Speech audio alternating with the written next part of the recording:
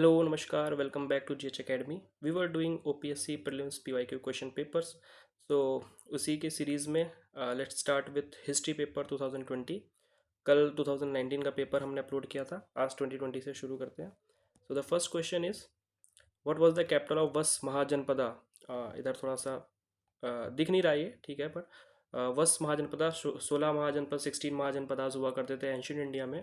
It was just before the establishment of Mauryan empire. उसके पहले 16 Mahajanapada ancient India में आते हैं during the time of Buddhism and Jainism.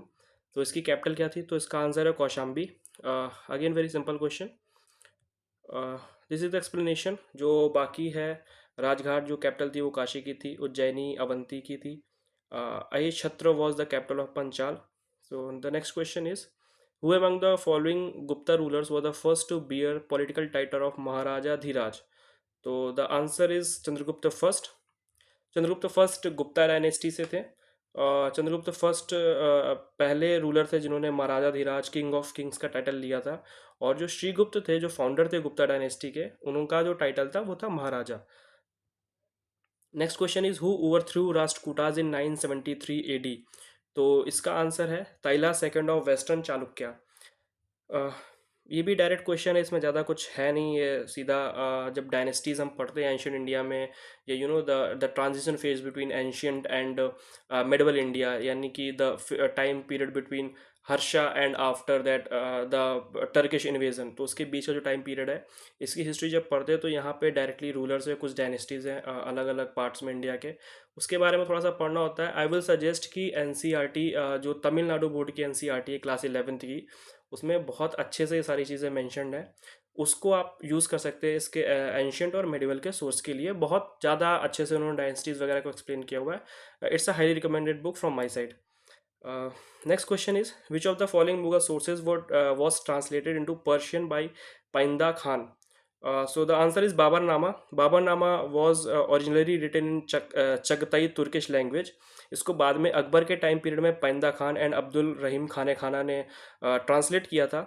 और हुमायूं नामा जो लिखी थी वो गुलबदन बेगम ने लिखी थी, और ये हुमायूं, शहनशाह हुमायूं की ऑटोबायोग्राफी थी. और बाकी जो अदर बुक्स है जो नीचे लिखी हुई हैं, इसके बारे में भी सर्च करें कि किस चीज़ से रिलेटेड है, बिकॉज ये बुक्स वगैरह यूजुअली, या फिर अकबर के टाइम पीरियड में जो मोस्ट इंपॉर्टेंट क्वेश्चंस हैं वो लिटरेचर से आते हैं, क्योंकि अकबर को लिटरेचर में काफ़ी इंटरेस्ट था. तो अकबर के टाइम पे कौन कौन सी बुक्स का ट्रांसलेशन हुआ, उस टाइम पे कौन कौन से राइटर्स हुआ करते थे, और उन राइटर्स ने कौन कौन सी उस पर्टिकुलर टाइम पे कौन कौन सी बुक्स लिखी हैं अलग अलग लैंग्वेजेस में या ट्रांसलेट करी हैं, तो ये काफ़ी रेलिवेंट और इम्पॉर्टेंट क्वेश्चन बन जाता है. मुग़ल हिस्ट्री में अगेन जैसे मैंने कल बताया था कि काफ़ी सारे टॉपिक्स को हटाया जा रहा है. तो just go through the very relevant rulers. ज़्यादा कुछ बहुत डिटेल में पढ़ने की ज़रूरत नहीं है. और आई वुड सजेस्ट कि रूलर से डायरेक्टली क्वेश्चन तो वैसे कभी नहीं आता है. उसके टाइम पीरियड में क्या क्या हुआ है, कौन सी करेंसी चलती थी, कौन सा टैक्सेशन का सिस्टम था, ज़मींदारी का सिस्टम कैसा था, मनसबदारी मुगल्स के टाइम पे हुआ करती थी, इक़्तिदारी दिल्ली सल्तनत के टाइम से हुआ करती थी. और उसी टाइम पे पैरेलली जो अदर किंगडम्स थे, विजयनगर अम्पायर, साउथ इंडिया के जो किंगडम्स थे, वहाँ पे कौन सा लैंड रिफॉर्म्स के क्या क्या वो चल रहे थे, टैक्सेशन सिस्टम क्या था. तो ये सारी वहाँ पे आर्ट एंड कल्चर क्या था, कौन से टेम्पल आर्किटेक्चर में क्या क्या उस समय पे चल रहा था, या फिर कौन सी बुक्स लिखी जा रही थी, ट्रांसलेट करी जाती. तो ये सारे जो क्वेश्चन है आर्ट एंड कल्चर के अंडर में आते हैं, और ये काफ़ी इंपॉर्टेंट हो जाते हैं. आर्ट एंड कल्चर के लिए आई वुड सजेस्ट जो आई थिंक 11th क्लास की एनसीईआरटी है, रेड कलर की बुक है, उसको गो थ्रू करिए, उसको एक बार रीड कर लीजिए, and that is sufficient for the art and culture, for the prelims perspective. Prelims के लिए काफ़ी अच्छे से कवर करती है सारी चीज़ों को. Next question is who was the author of तारीख है दाऊदी. अगेन एक बुक है जिसका राइटर जो ऑथर है वो है Abdullah. British concluded treaty of Surat in 1775 with. So ये मॉडर्न इंडिया का क्वेश्चन है. ट्रीटी ऑफ सूरत रिलेटेड थी, चलो रघुनाथ राव इसका आंसर है, बट इसका थोड़ा सा बैकग्राउंड में बता देता हूँ. ये रिलेटेड थी मराठा से और ब्रिटिशर से. एक्चुअली हुआ क्या था कि जो मराठा का थ्रोन था, जो पेशवा का जो टाइटल हुआ करता था, उस पर पेशवा माधवराव वन के देहांत के बाद, उनकी डेथ के बाद नारायण राव पेशवा बने, और उनका भी मर्डर हो गया. उसके बाद रघुनाथ राव को पेशवा मान लिया गया था. ऐसे like it was not officially announce, but ऐसे मान लिया गया था कि अभी जो पेशवा है रघुनाथ राव होंगे, इनको राघोबा भी बोला जाता था। बट उसी टाइम पे क्या हुआ कि जो नारायण राव के पोस्ट ह्यूमस के बाद उनकी वाइफ थी गंगाबाई, उन्होंने एक और उनसे एक चाइल्ड हुआ, तो एक्चुअली ये डिस्प्यूट अराइज हो गया कि उस चाइल्ड को पेशवा बोल दिया गया। तो जो रघुनाथ राव थे, इन्होंने ब्रिटिश से ट्रीटी कर ली कि हमें आप पेशवा दे दो, पूना में स्टैब्लिश कर दो, और हम आपको सालसेट और बसाइन पेशवा बनने के बाद आपको दे देंगे। तो इसकी ये पूरी जो इंटरनल पॉलिटिक्स थी, इसकी वजह से जो फर्स्ट बैटल हुआ था, जिसे फर्स्ट एंग्लो मराठा वॉर भी बोला जाता है, इसी वजह से हुआ था। ऑल्दो इसमें ब्रिटिशर्स हार गए थे। तो ये मतलब ये ट्रीटी थी एक्चुअली रघुनाथ राव राघोबा और ब्रिटिशर्स के बीच में ट्रीटी थी, सूरत में करी गई थी 1775 में। तो इसका हिस्ट्री ये था, इसका सिग्निफिकेंस ये था, इसका जो बैकग्राउंड है वो मैंने आपको बता दिया। ये इसमें कुछ डिटेल्स दी हुई हैं। Which of the following land revenue settlements was first to have concluded with the village community? Permanent settlement, Mahalwari settlement, ryotwari settlement, या नन ऑफ दिस? तो इसका आंसर है महलवारी सेटलमेंट। बट इन तीनों में डिफरेंस क्या है, इसको मैं एक बार बता देता हूँ कि परमानेंट सेटलमेंट जो था, ये बंगाल, बिहार और उड़ीसा के पार्ट्स में था। वहाँ पे चलता था ये। रैयतवाड़ी जो सिस्टम था, ये चलता था मद्रास, बॉम्बे प्रेसिडेंसी। और जो महलवाड़ी सिस्टम थे, नॉर्थ वेस्टर्न फ्रंटियर प्रोविंस जो हुआ करते थे, यानी कि जो north west part of India है, आज का पंजाब एंड उस पाकिस्तान जो एरिया है, और वो नॉर्थ वेस्टर्न फ्रंटियर प्रोविंस था, तो वहाँ पे ये महलवाड़ी सिस्टम चलता था। तो विलेज कम्युनिटी में मालवाड़ी सिस्टम इसका आंसर है। बाकी इससे रिलेटेड जो एक्स्ट्रा इन्फॉर्मेशन है वो यहाँ पे रीड भी कर सकते हैं। इसमें ज़्यादा कुछ मालवाड़ी के बारे में ही बताया गया बिकॉज ऑप्शन में था। But still go through this all the three settlement, they are very much important for the prelims as well as for the mains perspective.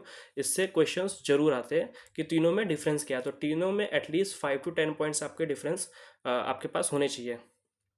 Next question is what was the title of the first newspaper published by James Augustus Hicky? तो इसका answer है the Bengal gazette. This was the first newspaper published in India. It was started in 1780 by this Hicky. तो James Augustus Hicky, Calcutta में शुरू हुआ था। तो ये इसका आंसर है। Who compared the salt march of Gandhi to Napoleon's march to Paris on his return from Elba? तो इसका आंसर है सुभाष चंद्र बोस। ये उतना इंपॉर्टेंट क्वेश्चन नहीं है। सुभाष चंद्र बोस ने कंपेयर किया था जो गांधी जी की जो डांडी मार्च थी, उसको नेपोलियन के जो मार्च थी उससे, हिज रिटर्न फ्रॉम एल्बा जो नेपोलियन की मार्च थी उससे कंपेयर किया था। इतना कुछ इसका सिग्निफिकेंस है नहीं, बट क्वेश्चन है तो इसलिए पढ़ना पड़ेगा इसको भी। Who founded the Deccan educational society? तो इसका आंसर है रनाडे, ए महादेव गोविंद रनाडे, एम जी रनाडे। जो डेक्कन एजुकेशन सोसाइटी थी 1884 में इस्टेब्लिश हुई थी, फॉर्म्ड हुई थी। और इसको फाउंड किया था जस्टिस महादेव गोविंद रनाडे, बाल गंगाधर तिलक, गोपाल गणेश आगरकर जी ने। इसका जो एम था वो था to promote modern education in western India. G K Gokhale बाद में एसोसिएट हो गए, but he was not a founder. So the correct answer is Mahadev Govind Ranade, answer A. The next question is who was the chairman of the first famine commission in 1880? तो 1880 में जो famine आई थी, उसके बाद जो उसके पहले उस टाइम पे जो फेमाइन आई थी, उसके बाद में जो कमीशन बना था फर्स्ट फेमाइन कमीशन, उसके जो चेयरमैन थे वो थे सर रिचर्ड स्ट्रेची। ये इसका आंसर है। Okay, so these were the question of 2020 papers from history. Thank you everyone for watching. If you like this video, please like, share and subscribe. And if you have any questions or queries, do comment below, and you can also contact through WhatsApp or text message in the given number. And stay tuned for the upcoming videos. We are going to cover different topics of this PYQ series. We'll come with another subject later on, but first we'll cover this history. Upcoming papers will be coming tomorrow or day after. Thank you everyone for watching. Thank you so much.